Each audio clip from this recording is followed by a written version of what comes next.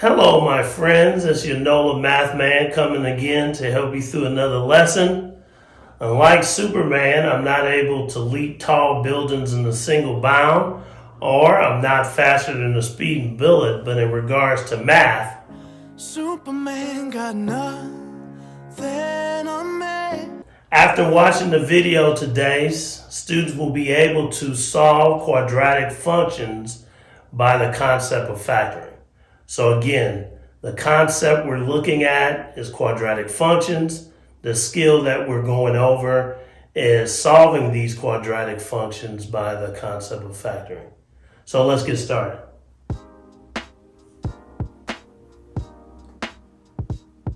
So today, again, we're solving quadratic equations by factoring.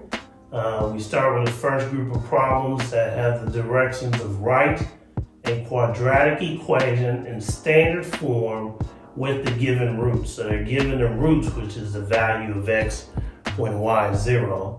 And so we have a general form we like to use when they give us roots.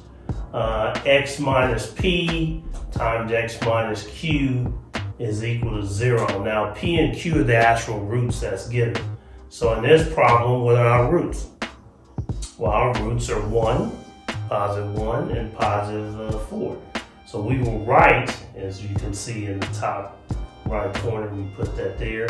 And so we plug in, we label 1 for p, we label 4 as q, and so now we substitute into our general equation, x minus p times x minus q. We now create an equation, x minus 1 times x minus 4 equals 0. We have to multiply these two binomials. What I like to do is use the box method. So the way the box method works, each term is considered a unit, and so we put x minus 1 in the top of it, and we put x minus 4 to represent sort of the width, and we create a area, so to speak, of products. And so we multiply each term to create each product in the box. X times x is x squared, x times negative 1 is negative 1x, x times negative 4 is negative 4x, and negative 1 times negative 1 is 4. We combine the two middle terms, negative 1x and negative 4x.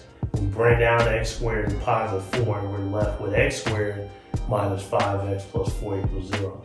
And so that's the quadratic function that represents the roots 1 and 4. So we've done our first problem here. So now we're going to go to another one. I think this time we'll probably try to pick something that is a little more unique. Maybe we'll pick one of the fractions. We'll see what happens here. Should pop up any second. So the next problem we're going to look at is, let's see here, we're going to magnify it a bit so we can see the board better, allows you to see it better. And now we're going to pick our next problem. So now we're going to do number 2. We're going to go with a positive number and a negative number for a root. And so we write our equation, x minus p times x minus q equals 0. We want to label 6 and negative 9 as either p or q. It doesn't matter which one. In this problem, we'll make 6p and we'll make negative 9q. Now you notice when you substitute negative 9, you will have negative of a negative. So basically, that will be rewritten as x plus 9 because you got x minus, which is negative 1 times negative 9. So now you multiply x minus 6, which is one of the binomials, times x plus 9. We create our little box method here. On the horizontal line, we put x minus 6. Vertically, we want to write x plus 9.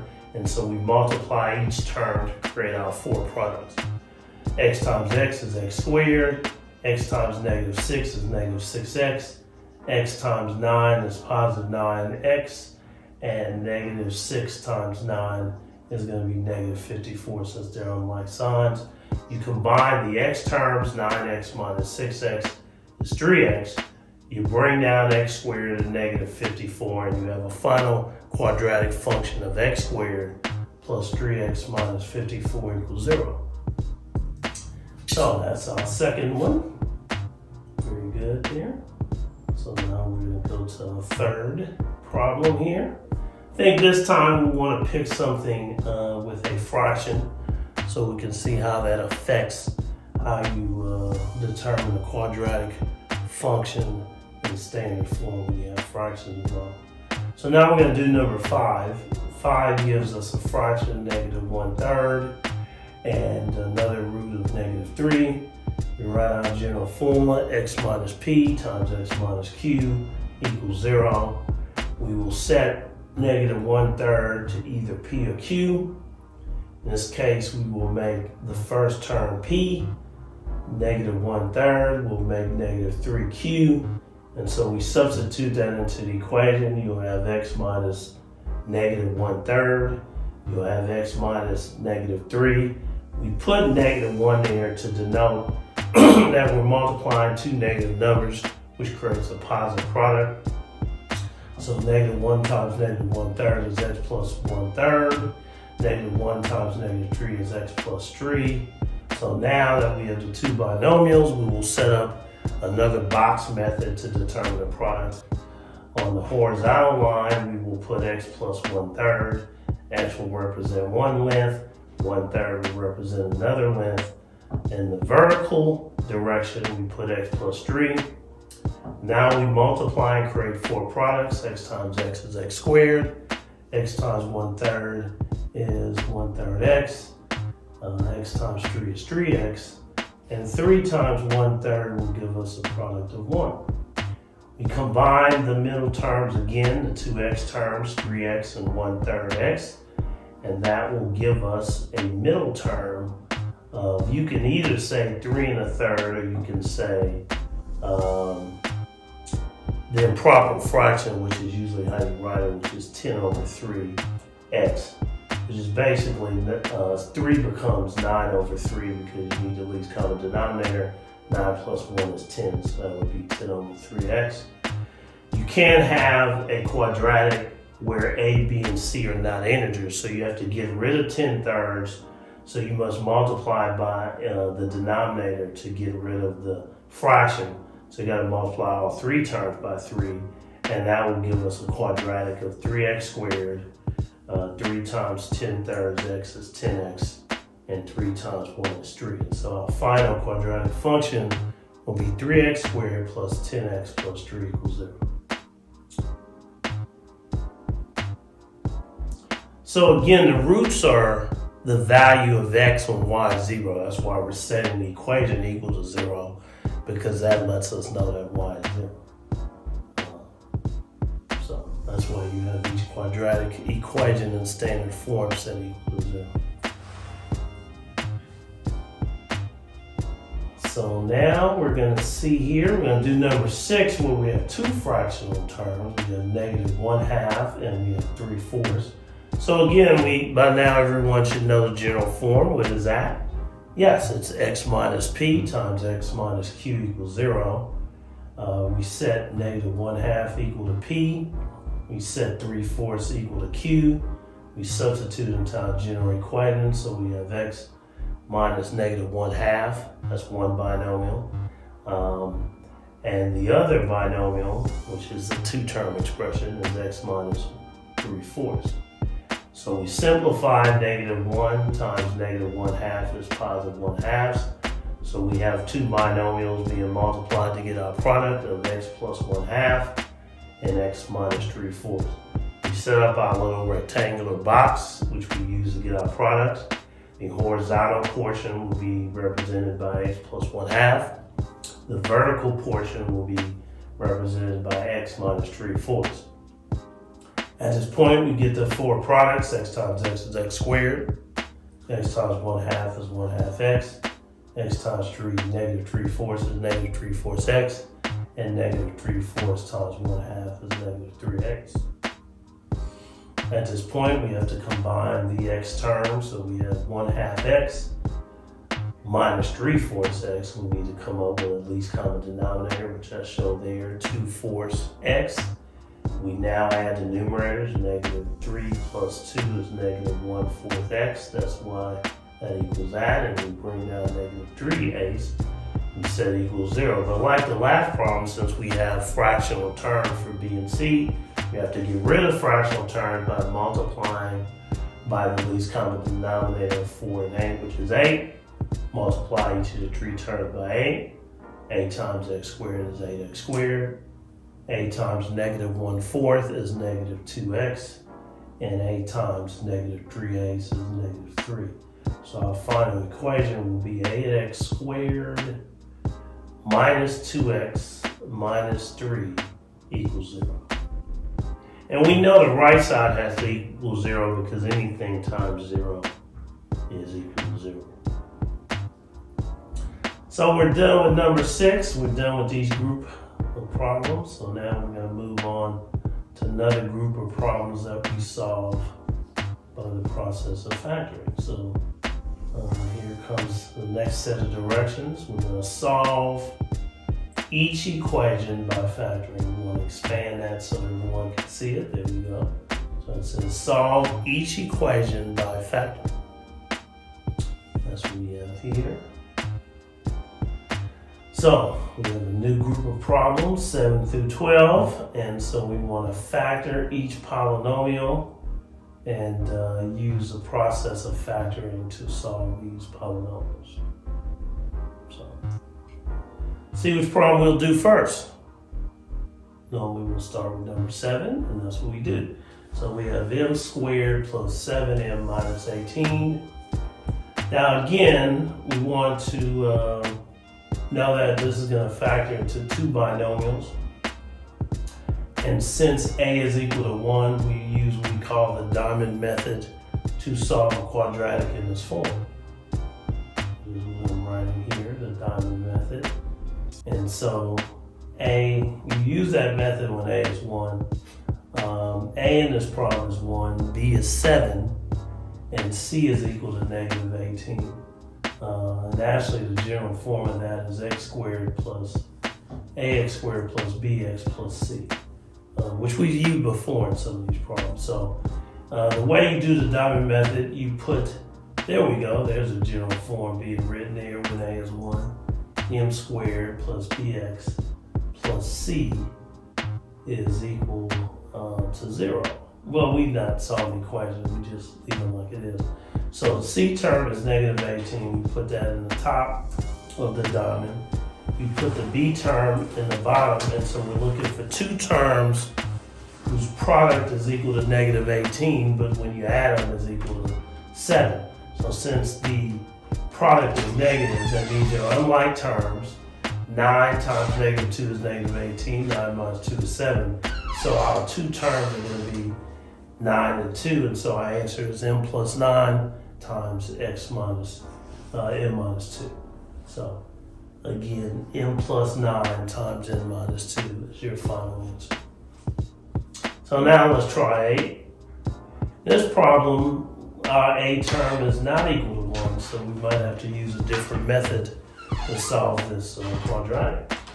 So we do, and in this case, instead of using what we call the diamond method, we use what we call the diamond and box method when a is not 1. So we want to write the general form of a quadratic above the problem, which is ax squared plus bx plus c. Now the diamond box method is a little different because the diamond doesn't give you the answer, it gives you part of the answer. You have to use a box to get your actual factors.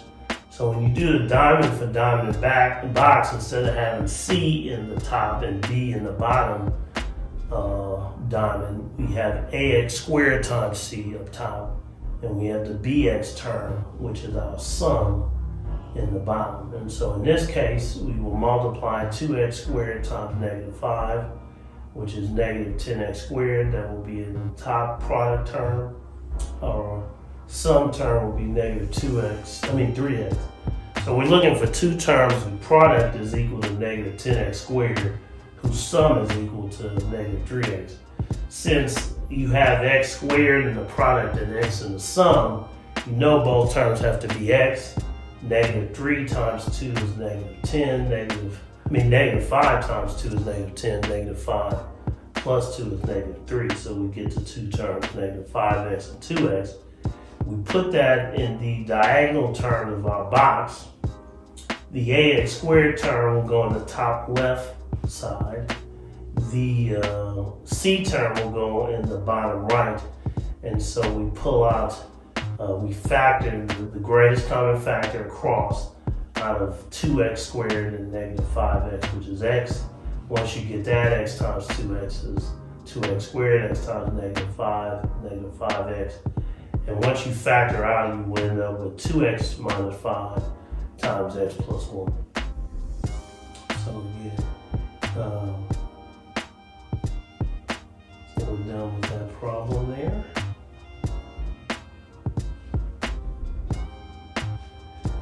So what problem will we do next? We're waiting to see here. So now we're going to do number 10.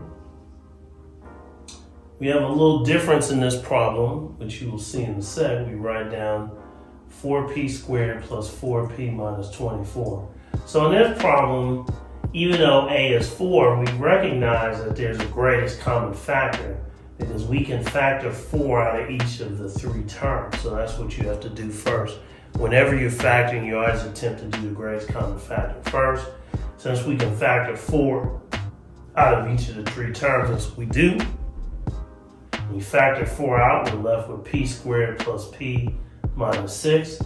Now we want to factor that to polynomial, p squared plus p minus 6. Since a is now 1, we want to use the diamond method to factor p squared plus p minus 6. We're going to set up our diamond here in a second, like we did before. And we know in the diamond method, we will put the c term in the top of the diamond, and we'll put the b term in the bottom. We call that the sum term, which is being labeled here as I speak.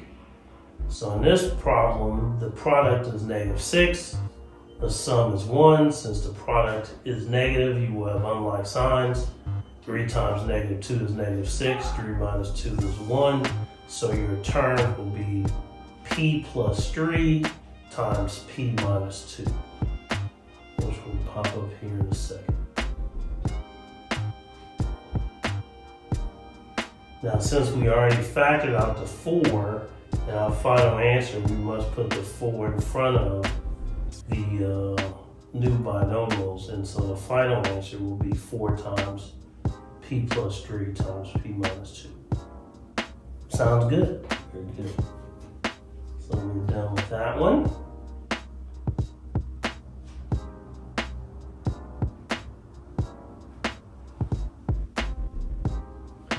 So what we're going to do next, is there any other different type of problems you see here that look different? Looks like number 12 is a little different. Maybe we'll do that one. Let's see. Yeah, that's the problem we're going to do. We're going to do number 12, which reads c squared minus 100. So this problem's different because this is what we call the difference of 2 squares. Normally, when you factor a polynomial, it's a 3-term polynomial. But when you have a difference of 2 squares, it's only 2 terms. So we have a general formula that we use to be able to simplify a polynomial that follows this form. And that general form is a squared minus b squared equals a plus b times a minus b. So when you have a difference of squares, you want to make sure that each term can be written as a perfect square. C squared is c squared, 10 squared is 100, so we know that our a term will be c, our b term will be 10. We substitute it into that equation, a plus b times a minus b, and we will get a solution of c plus 10 times c minus 10. And so we have now solved by a new method called the difference of squares. Very good.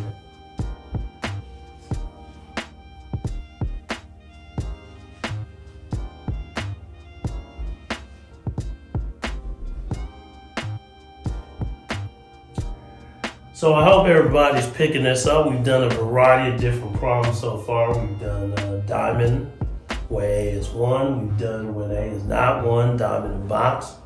Now we've done the difference of two squares. So in this section of problems, we're solving the equation by factoring. In the other problems, we were just factoring the polynomials. Now we're going to actually solve. Now, how can you tell the difference between when you're factoring a polynomial and when you're solving? Well, when you're solving an equation, you will see an equal sign, which denotes an equation. As you can see in each of these 6 problems, you have an equation because you have an equal sign involved. So we'll start with number 13. X squared is equal to 64. So in order to solve by factoring, we have to make one side equal to 0, as we learned when we were doing the roots. We must have the y term equal to 0. So we subtract 64 from both sides. That leaves us with the equation of x squared minus 64 equals 0. Since we know that x squared and 64 are perfect squares, we know we will be using the concept of difference of two squares. We write the general form, a squared minus b squared equals a plus b times a minus b. We figure out our perfect squares. X squared is x, h squared is 64. So a is going to be x in this problem, and the b term is going to be equal to a.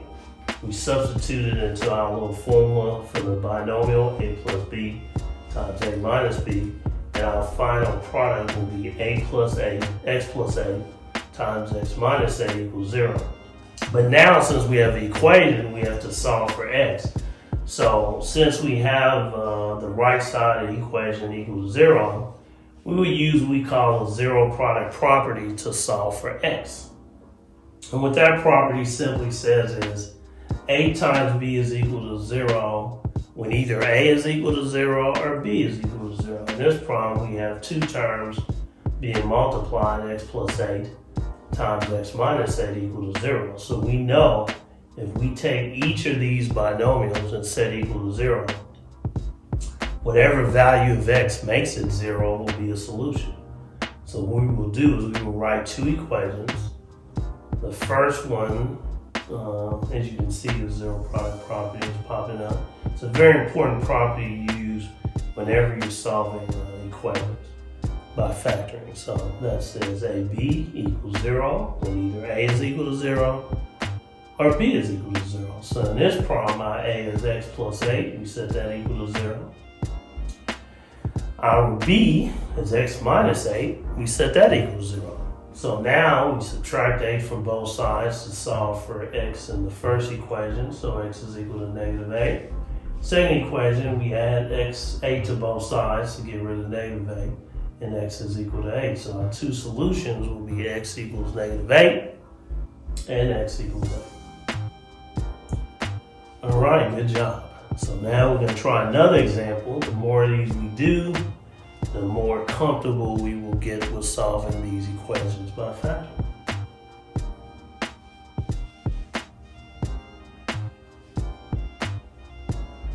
So what we're going to do now, will look like we're going to do number 15, which is a little different looking than number 13. Number 15 says x squared minus 3x plus 2 is equal to 0. This is the equation in the form of a diamond because a is equal to 1.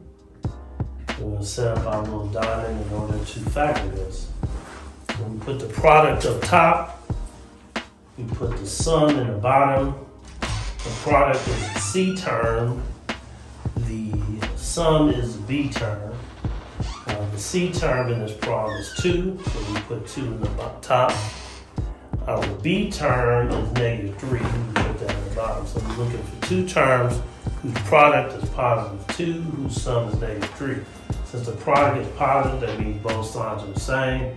Since the sum is negative, they both have to be negative. So your two values are negative 2 and negative 1. And so you have x minus 2 times x minus 1 equals 0. We use a zero product property to set x minus 2 equals 0 and x minus 1 equals 0. We'll add 2 to both sides to solve for x in the first equation, x is equal to 2. We'll add 1 to both sides and we will have x equals 1. And so our two solutions are x equals 2 and x equals 1. Very good. Another type of problem there. Good job. So let's see what we're going to do next. Is everybody learning here? Learning a variety of different ways of solving equations by factoring here. So this is very productive and useful to learning the process of solving by factoring. So now we're going to do number 18, which again looks like what kind of problem? Yes, it's a diamond problem because again, a is equal to 1. So we're going to use the diamond method to factor this polynomial, as you can see. And so again, we will put our little diamond, our little x. Product goes up top, which is our C term. The sum goes on the bottom, which is our B term. The product is -10. The sum is -3. Since your product is negative, that means you have unlike signs. -5 times 2 is -10. -5 plus 2 is -3. So our two binomials will be x minus 5 times x plus 2 equals 0. We'll now use a zero product property like we've been doing to solve for x. So we will set our two binomials equal to 0, which are x minus 5 equals 0 and x plus 2 equals 0.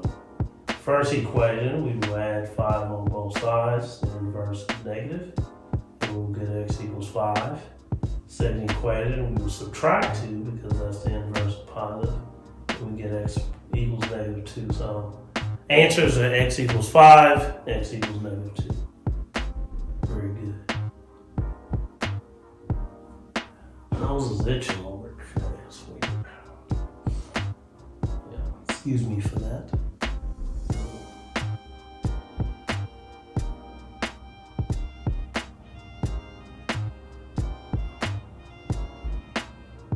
So what we gonna do now? Look like we done every type of problem. We've done difference of two squares. We've done diamond, but we haven't done a diamond in box problem equation yet. So I guess that's what we're gonna do next. We have to solve a quadratic equation that involves diamond and box method. So I think that's what we're gonna do next. See how that goes.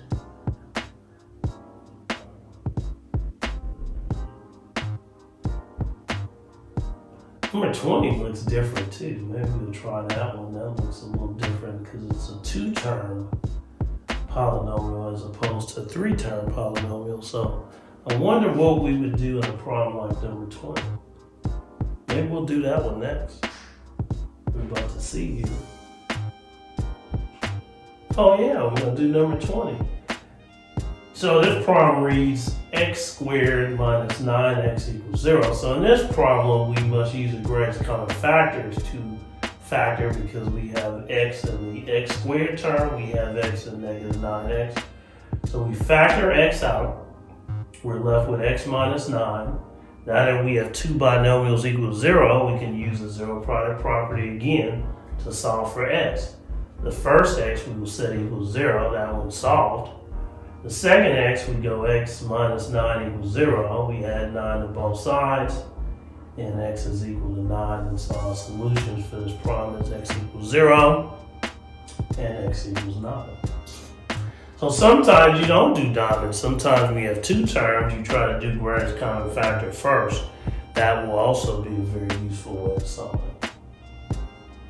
So what we're going to do now, we've done almost every type now except diamond and box. So we'll do now diamond and box because if you look at it, 3x squared, a is equal to 3. So we will do the problem 3x squared minus 13x minus 10 equals 0.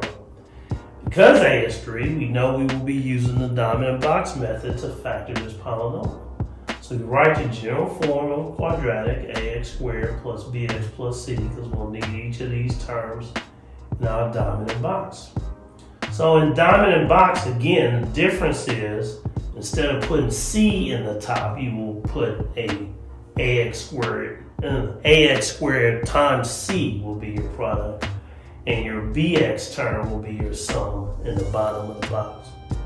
So we have 3x squared times negative 10, that will be negative 30x squared will be our product. Negative 13x is our bx term, so we're looking for two terms whose product is negative 30x squared and the sum is negative 13x. And so our two terms will be negative 15x and 2x, because negative 15x times 2x is negative 30x. Negative 15x plus 2x is negative 13x. Put our ax squared term in the top left. Put our c term in the bottom right. We put our two x terms in a diagonal, and we factor the greatest common factor. Going across with the 3x squared and 15x, we can factor 3x out. 3x times x will give us 3x squared. 3x times negative 5 will give us negative 15x. X times 2 will give us 2x. And so we end up getting the two binomials of 3x plus 2 times x minus 5 equals 0. Using the zero product property, we will set 3x plus 2 equal to 0. We will set x minus 5 equal to 0. For the first equation, we will subtract 2 from both sides. We get 3x equals negative 2. We divide both sides by 3, and x is equal to negative 2/3. In the second equation, we will add 5 to both sides, and we will get x equals 5. And so our two solutions will be x equals negative 2/3, and x is equal to 5. And so we look like we finished our lesson. We've done a variety of different problems where we're solving quadratics by factoring. We looked at using the greatest common factor. We learned how to solve by diamond. We learned how to solve by diamond and box. And so we did a variety of different problems. So I hope you enjoyed this lesson. And the NOLA Mathman is signing off. So have a great day. Bye-bye. Oh, I'm sorry. I'm tripping. We have one more problem. I'm tripping. I forgot. We have a word problem. I thought we were done. I'm crazy. I'm tripping. I apologize. NOLA Mathman is still here. We got one more problem to do. So now we're going to do a word problem that says name two consecutive integers whose product is 272. So we use quadratics by factoring to solve this word problem. Now, since it's two consecutive integers, we make the first term x because we don't know it. And since it's a consecutive integer, you add 1 to x, and so the second term has to be x plus 1. Since it says the product is 272, our equation would be formed by multiplying x times x plus 1 equals 272. We multiply x times x plus 1, that gives us x squared plus x.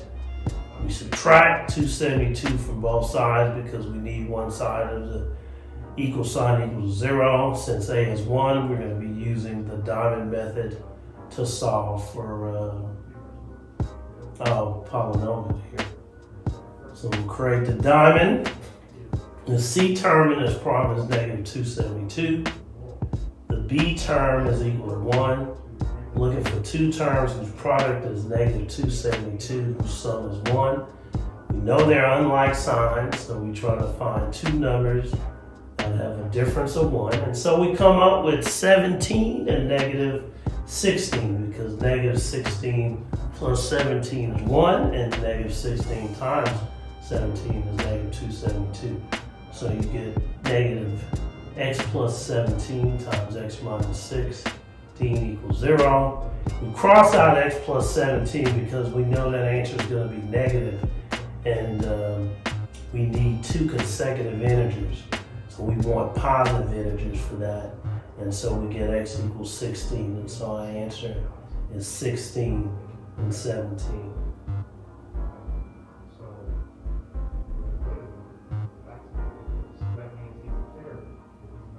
So now we're done. I was a little presumptive last time. So we're now finished with our lesson. We've done a variety of different problems, solving by factoring. We've looked at greatest common factor, diamond and box, and we've even done a word problem. So again, this is a NOLA Mathman signing off. Hopefully I have helped you a great deal, and I've come in and rescued you from your little math math concerns. And until we meet again, have a blessed day. Bye-bye.